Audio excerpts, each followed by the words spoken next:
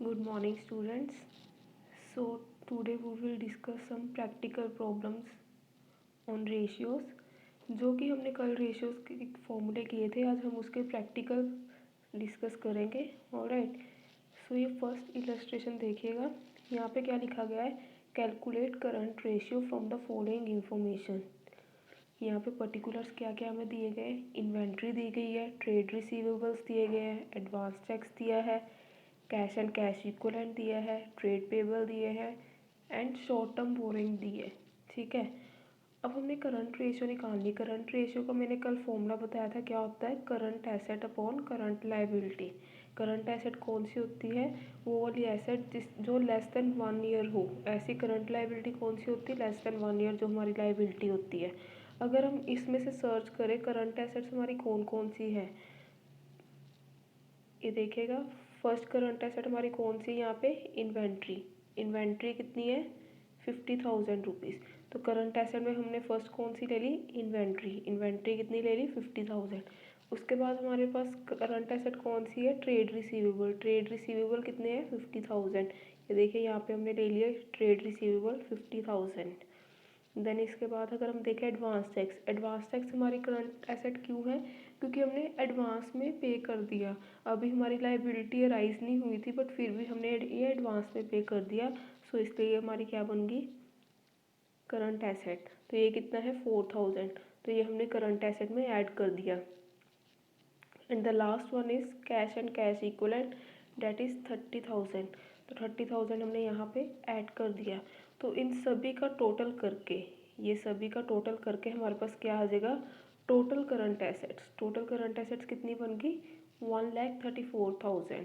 तो हमारा फॉर्मूला क्या था, current asset upon current liability. अब करंट एसेट्स हमारे पास टोटल कितनी आ गई, 1,34,000. तो हम यहाँ पे लिख देंगे करंट एसेट 1,34,000. उसके बाद हमने निकालनी है करंट लाइबिलिटी. करंट लाइबिलिटी कौन सी होती है, जो शॉर्ट टर्म लाइबिलिटी होती है. शॉर्ट टर्म यानी कि लेस देन 1 ईयर. ठीक है. यहाँ पे देखिए करंट लाइबिलिटी कौन कौन सी है. First one is trade payable. Trade payable कितने हैं, 1,00,000 रुपीज़. 1,00,000 लिख दिया यहाँ पे. Next is short term borrowing. Short term अगर लिखा हो तो इसका मतलब ये करंट लाइबिलिटी है, यानी कि बैंक ओवरड्राफ्ट. ये कितने हैं, 4,000. तो 1,00,000 में हम 4,000 ऐड कर देंगे तो हमारे पास टोटल कितना आ जाएगा, 1,04,000. सो अब हमारे पास करंट एसेट भी निकल आई है टोटल और करंट लाइबिलिटी भी निकल आई. हमारा फॉर्मूला क्या था, current ratio is equal to current asset upon current liability. अब इस फॉर्मूले में हम ये फिल कर देंगे. करंट एसेट्स कितनी फिल करनी है, 1,34,000. एंड करंट लाइबिलिटी कितनी फिल करनी है, 1,04,000. जब हम इन दोनों को डिवाइड करेंगे तो हमारा क्या आंसर आ जाएगा, हमारी करंट रेशियो आ जाएगी, कितनी आई है, 1.29:1. जब आप इसे कैलकुलेट करोगे तो आपकी ये रेशियो आ जाएगी. सो ये था करंट रेशियो का प्रैक्टिकल. नेक्स्ट आगे देखते हैं क्विक रेशियो का. चलो प्रैक्टिकल सॉल्व करते हैं. अगर हमने क्विक एसेट का प्रैक्टिकल सॉल्व करना हो तो यही चीज़ें लेनी हो, तो इसमें से क्विक एसेट कौन सी होगी. मैंने क्या बताया था क्विक रेशियो का फॉर्मूला, क्विक रेशियो का फॉर्मूला क्या था, अगर हम मैंने कल बताया था आपको, वो था quick asset upon quick liability. ठीक है. क्विक एसेट में कौन कौन सी चीज़ें आती हैं, एक तो सारी की सारी करंट एसेट्स आ जाएंगी. उसमें से इन्वेंट्री या कोई प्रीपेड एक्सपेंसेस है वो हमने माइनस करने हैं. करंट एसेट हमारे यहाँ पे टोटल कितना आया था, करंट एसेट का हमारा यहाँ पे टोटल आया था 1,34,000. ठीक है.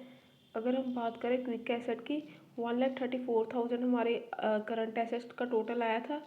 उसके बाद हमारी इन्वेंट्री ऊपर कितनी दी हुई है, 50,000. देखिए 50,000 है, ये देखिए इन्वेंट्री हमें कितनी दी हुई है, 50,000. अब ये करंट एसेट हमारी 1,34,000, उसमें से हम क्या करेंगे, इन्वेंट्री को लेस कर देंगे 50,000 की.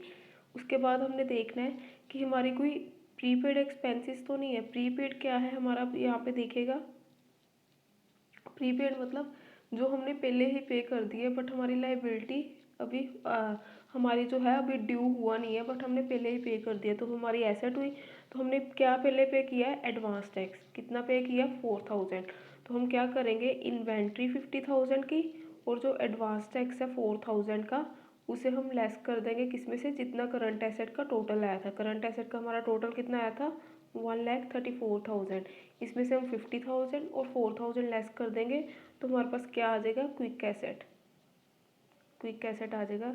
ये देखिए, ये जैसे यहाँ पे गिवन है, करंट एसेट में से इन्होंने क्या किया है, इन्वेंट्री और एडवांस टैक्स जो है माइनस किया है। तो हमारे पास कितना आ गया, 80,000 रुपीज़। 80,000 आ गया। और हमारी करंट लाइबिलिटी जो है, करंट लाइबिलिटी कितनी गिवन है हमारे पास, करंट लाइबिलिटी हमने कैलकुलेट की थी, कितनी बनी थी हमारी, 1,04,000। तो इसे हम एज इट इज़ ले लेंगे क्योंकि हमारे पास प्रीलिमिनरी एक्सपेंसेस या कोई भी फिक्टिशियस एसेट नहीं है, तो फिर इसलिए हम इसे ऐसे ही उठा लेंगे। तो क्विक एसेट का फॉर्मूला क्या लगेगा, क्विक एसेट का फॉर्मूला होता है quick asset upon current liability या क्विक लाइबिलिटी। ठीक है, अगर हम बात करें क्विक एसेट हमारे पास कितनी आ गई, 80,000। 80,000 को किससे डिवाइड करेंगे, करंट लाइबिलिटी से या क्विक लाइबिलिटी से।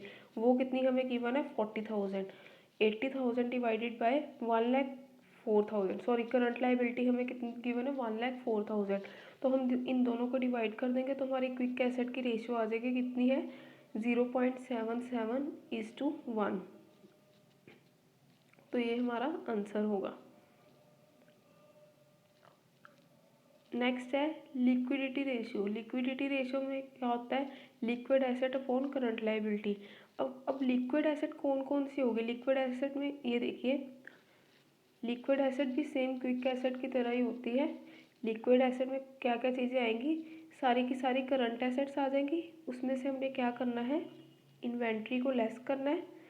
देन उसके बाद हमने जो भी हमारे प्रीपेड एक्सपेंसेस हैं उसे लेस करना है। ये कोई भी एडवांस टैक्स हो गया, इसको लेस करना है। तो हमारे पास क्या आ जाएगी, लिक्विड एसेट।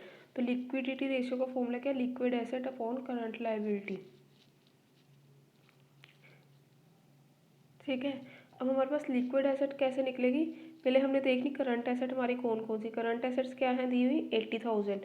80,000 करंट एसेट, इसमें से हमने प्रीपेड माइनस, पहले हम इन्वेंट्री माइनस करेंगे, इसमें से 20,000 इन्वेंट्री माइनस हो जाएगी। देन इसके बाद इसके एडवांस टैक्सेस 5,000 माइनस हो जाएंगे। देन क्या माइनस करना, प्रीपेड एक्सपेंसेस 5,000। अब जब हम इसे माइनस कर देंगे तो हमारे पास कितना आ जाएगा, टोटल 50,000। यानी कि जो हमारी लिक्विड एसेट है वो कितनी बन गई यहाँ पे, 50,000। ये देखिए लिक्विड एसेट का कैसे निकालते हैं, current asset minus inventory minus prepaid expense. ये देखिए इन्होंने ना ब्रैकेट में लिखा हुआ है inventory plus prepaid expenses plus advance tax. जब हम ब्रैकेट को खोलेंगे तो ये कैसे बन जाएगा, current asset minus inventory minus prepaid expenses minus advance taxes. ठीक है, तो इसको सॉल्व करके हमारे पास कितना आता है, 50,000 रुपीज़। तो लिक्विड एसेट हमारी कितनी है, 50,000 रुपीज़ आ गई। अब हमने लिक्विड रेशियो निकाली। लिक्विड रेशियो का फॉर्मूला क्या था, liquid asset upon current liability. Liquid asset हमारे पास निकल गई है। अब हमने क्या निकालना है, करंट लाइबिलिटी। करंट लाइबिलिटी हमें गिवन है क्वेश्चन में, कितनी दी हुई है, 50,000। 50,000 दी हुई है। तो फिर हम क्या लिखेंगे, करंट लाइबिलिटी हमारी कितनी है, 50,000 रुपीज़। ये देखिएगा, तो लिक्विड एसेट, लिक्विड रेशियो हमारी कैसे निकलेगी, liquid asset divided by current liability. Liquid asset भी हमारी 50,000 निकली है और करंट लाइबिलिटी भी हमारी 50,000 है। तो हमारी लिक्विड रेशियो का आंसर कितना आ गया, 1:1।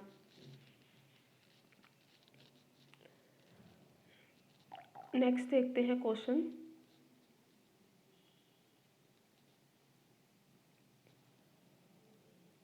ये देखिएगा, जैसे ये क्वेश्चन दिया हुआ है, इन्होंने इसमें क्या बोला है, जस्ट वेट।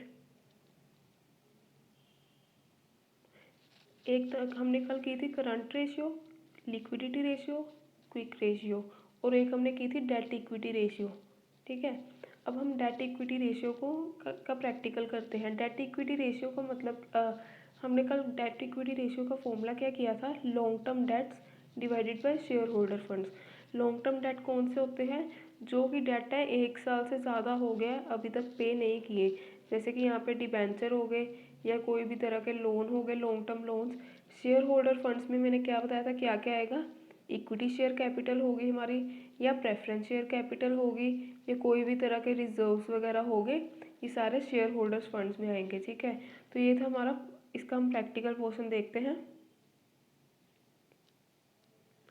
जैसे कि ये हमें क्वेश्चन गिवन है, हमने क्या करना है, इसमें डेट इक्विटी रेशियो निकालनी है। डेट इक्विटी रेशियो में क्या पहले हमने करना है, जो हमारी लाइबिलिटीज़ है, long term liabilities, long term debts देखने। नॉन करंट लाइबिलिटी का मतलब क्या होता है, ये आप याद रखना, इसे हम लॉन्ग टर्म लाइबिलिटीज़ बोलते हैं, लॉन्ग टर्म लाइबिलिटीज़। तो इन तीनों चीज़ों को, long term borrowing, other long term liability, long term provisions, ये सारी चीज़ें हमारी क्या बन गई, लॉन्ग टर्म लाइबिलिटीज़।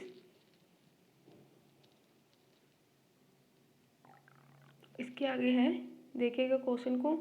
अब इसमें से डेट कौन से है, लॉन्ग टर्म लाइबिलिटी सारी हमारी क्या होगी, डेट बन गई, क्योंकि वो लॉन्ग टर्म है, मोर देन 1 ईयर है। सो हम क्या करेंगे, हमारा फॉर्मूला क्या था, डेट अपॉन इक्विटी। डेट इसमें हमने कौन से लेने हैं, लॉन्ग टर्म। तो डेट हमारे पास लॉन्ग टर्म कौन से, नॉन करंट वाले, ये वाले, ये तीनों हम ले लेंगे, 4,40,000 एंड 60,000। इन तीनों को जब हम प्लस करेंगे तो हमारा कितना आ जाएगा, 5 लाख रुपीज़। यानी कि हमने डेट जो है हमने निकाल ली है 5 लाख रुपीज़। अब हमने क्या करना है, अब हमने इक्विटी निकालनी है। इक्विटी में हम क्या, ये देखिए यहाँ पे डेट इन्होंने कैसे निकाले, long term borrowing, other long term liabilities and long term provision. जैसे कि मैंने अभी बताया 4,40,000 एंड 60,000, इन तीनों को प्लस कर देंगे तो हमारे लॉन्ग टर्म डेट्स निकल आएंगे। इसके बाद क्या है, इक्विटी। इक्विटी में मैंने क्या बताया था, share capital, reserve and surplus and money received again, मतलब जो भी शेयर कैपिटल में आएगा ना वो सारी चीज़ें हमने ऐड कर देनी है। जैसे देखिए इक्विटी में मैंने क्या बताया है, इक्विटी में ये शेयर होल्डर फंड्स आएंगे। शेयर होल्डर्स फंड्स के तीन चीज़ें दी हुई है, कौन कौन सी है, share capital 12 lakh rupees, reserve and surplus 2 lakh rupees and money received against share warrant 1 lakh rupees. इन तीनों को जब हम ऐड करेंगे तो हमारी इक्विटी आ जाएगी, यानी कि कितना हुआ, 12 लाख प्लस 2 लाख प्लस 1 लाख, ये कितना बना, 15 लाख रुपीज़। 15 लाख हमारे पास इक्विटी आ गई। और हमने डेट अभी निकाले थे, डेट हमारे पास कितने थे, 5 लाख। ये देखिए डेट हमारे पास 5 लाख है और इक्विटी हमारी कितनी है, 15 लाख। ठीक है, तो हमारा फॉर्मूला क्या बना इसमें, डेट अपॉन इक्विटी। जब हम 5 लाख को 15 लाख से डिवाइड करेंगे तो हमारी क्या आ जाएगी, डेट इक्विटी रेशियो। ये देखिए 5 लाख को 15 लाख से हमने डिवाइड किया तो हमारी डेट इक्विटी रेशियो कितनी बन गई, 0.33:1। तो ये थी हमारी डेट इक्विटी रेशियो। अगर किसी को इसमें प्रॉब्लम है देन वो पूछ लेना, डिस्कस कर लेना। आज के लिए इतना ही, बाकी हम कल रेशियो करके इसके बाद इसके बाकी क्वेश्चंस करेंगे। Okay, so thank you class.